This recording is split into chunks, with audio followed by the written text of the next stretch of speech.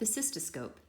In its present form, it consists of two parts, the sheath and the telescope. The sheath. The cystoscope sheath, figure 22, is a metal tube that serves three purposes. 1, it conveys an electric light into the bladder. 2, it permits irrigation of the bladder before, during, and after the cystoscopy.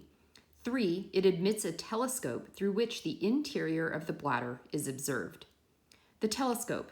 The cystoscopic telescope permits the observer to inspect the interior of the bladder, to insert catheters or bougies into the ureters, and to manipulate wires, snares, pinchers, etc. for the purpose of performing certain operations within the bladder.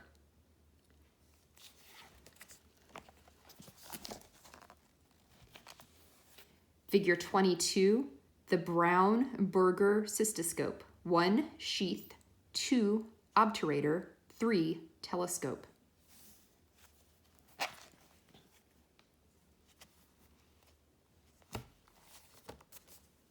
The lenses of the telescope may be arranged in three ways, viz. 1, the prismatic or indirect vision telescope, figure 23, lenses of prismatic telescope, cystoscope, looks out at right angles to the shaft of the sheath.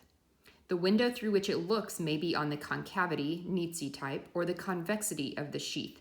The Nietzsche type enjoys a more general popularity, but admirable instruments are made in both types. Each has its advantages. The prism naturally inverts the image, figure 24, but a system of lenses has been devised to correct this inversion without sacrificing light. Figure 24, lenses of direct vision cystoscope. 2, the direct vision telescope, figure 24, looks directly out through the end of the sheath. It has the same restricted field of vision as the open tube instruments. This type of telescope, though never generally employed abroad, still enjoys considerable popularity in this country. But recent improvements in the prismatic telescope make it the better implement from every standpoint.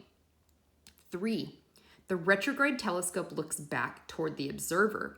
Such an instrument is calculated to give an exceptionally good view of the bladder neck and adjacent bladder wall. But though Schlagentweit appears to have solved the problem of retrograde vision in his cystoscope, here again the prismatic instrument leaves little to be desired.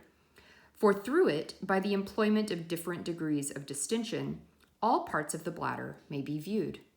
The cystoscope is spoken of as catheterizing, operating, or examining to accord with the presence or absence of tunnels attached to the telescope for the admission of ureter, catheters, or other instruments.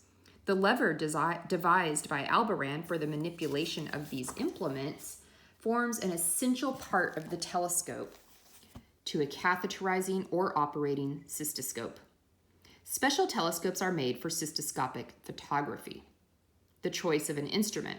The following considerations may help in the choice of an instrument. 1, its maker should be accessible.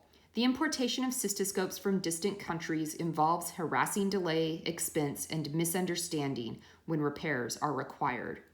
2, the instrument should be simple, its sheath round, its lamp cold, and preferably with tungsten filament, its lenses corrected for inversion of image, its caliber not more than 24 French.